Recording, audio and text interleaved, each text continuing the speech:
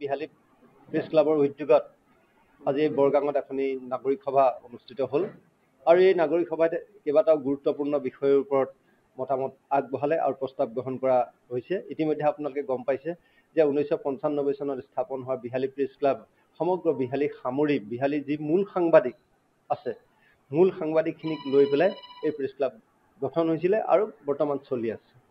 এতিয়া সময়ত এনে কিছু সাংবাদিক আহিলে যিসকল অসাংবাদিক বা এটা নিউজ এটা নিজৰ পেজ ব্যৱহাৰ কৰিবলৈ এতিয়া সাংবাদিক হিচাপে পৰিচয় দিছে। তেনে ক্ষেত্ৰত বৰগাঙৰ যথেষ্ট সচেতন ৰাইজে আমাৰ বিহালী প্ৰেছ ক্লাবক আহ্বান জনাইছিলে যে বৰগাং যিটো প্ৰেছ ক্লাব বা দুদিনৰ ভিতৰতে আকৌ নামাকৰণ সলনি কৰি বিহালী সাংবাদিক সন্থা গঠন কৰিলে এইটোৰ ওপৰত আচলতে ৰাইজ স্তম্ভিত হৈছিলে আৰু আজি সভাই সেই বিষয়টোৰ ওপৰত বৰগাংবাসী ৰাইজে বিহালীবাসী ৰাইজে তীব্ৰ ভাষাৰে গৰিহণা দি সেই প্ৰেছ ক্লাবটোক অবৈধভাৱে ঘোষণা কৰিছে বৰগাং প্ৰেছ ক্লাব, যিহেতু বিহালীৰ ভিতৰত বৰগাং প্ৰেছ ক্লাব। আৰু ডাঙৰ কথা হ'ল যে বৰগাং প্ৰেছ ক্লাব যিটো আছে তাৰ অধিকাংশ মানে 99% মেম্বাৰে আমদানিকৃত বাহিৰৰ পৰা। বৰগাং হয়তো পঞ্চায়ত লেভেল হ'ব নহ'লে পোষ্ট অফিচ এলেকাৰ ভিতৰত হ'ব, কিন্তু এইখিনিৰ ভিতৰত কোনো ধৰণৰ সাংবাদিক তেনেকুৱা ধৰণৰ নাই। সভাপতি সম্পাদকে হ'ল বহু দূৰৈ, যেই নহওক সেইটো ৰাইজে ইয়াৰ বিৰোধিতা কৰিলে। দ্বিতীয় কথা হ'ল কি, আমাৰ আন এটা গুৰুত্বপূৰ্ণ প্ৰস্তাৱ আজি নাগৰিক সভাই গ্ৰহণ কৰিছে যে অলপতে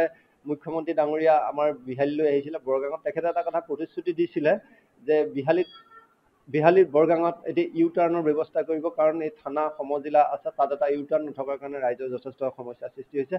আৰু বৰগাং আৰু বেদেতি ৰেল ষ্টেচনত দুখন দূৰণিবতীয়া ৰেল ৰখাৰ তেখেতে মতামত আগবঢ়াইছিলে। গতিকে মুখ্যমন্ত্ৰী মহোদয়ক আজিৰ সভাই সেই কথাখিনি মনত পেলাই এটা প্ৰস্তাৱ প্ৰেৰণৰ সিদ্ধান্ত গ্ৰহণ কৰিছে। তাৰোপৰি জুবিন গাৰ্গৰ নামত যাতে এখন অৰণ্য ক'ৰবাত গঢ়ি তুলিব পাৰি বা নামাকৰণ কৰিব পাৰি সেইখিনি। আৰু তাতোতকৈ ডাঙৰ কথা হ'ল যে হকে বিহকে আজিৰ দিনত কিছু বঁটা প্ৰদানৰ ব্যৱস্থা হৈছে কিছুমান সংস্থাই। গতিকে বিহালীৰ যাতে যিসকল প্ৰকৃততে সমাজ সেৱাৰ লগত জড়িত বা বিভিন্ন কামৰ ক্ষেত্ৰৰ লগত জড়িত প্ৰকৃততে যিসকল বঁটা পাব লাগে সেই তেনেধৰণৰ ব্যক্তিক যাতে যিসকল সংস্থাই বঁটা প্ৰদান কৰে সেইসকলে তেখেতসকলে চাই তথ্য ভিত্তিত বঁটা প্ৰদান কৰিবৰ কাৰণে আজি নাগৰিক সভাই আহ্বান জনাইছে। আদি কৰি কেইবাটাও প্ৰস্তাৱ আজি গ্ৰহণ হৈছে। গতিকে আজি ইয়াত সমবেত হোৱা ৰাইজ যথেষ্ট সচেতন ব্যক্তিসকল আছে। ইয়াত যে 100-200 তেনেকুৱা মানুহ নহয়, কিন্তু সচেতন ব্যক্তিসকল ইয়াত উপস্থিত আছে।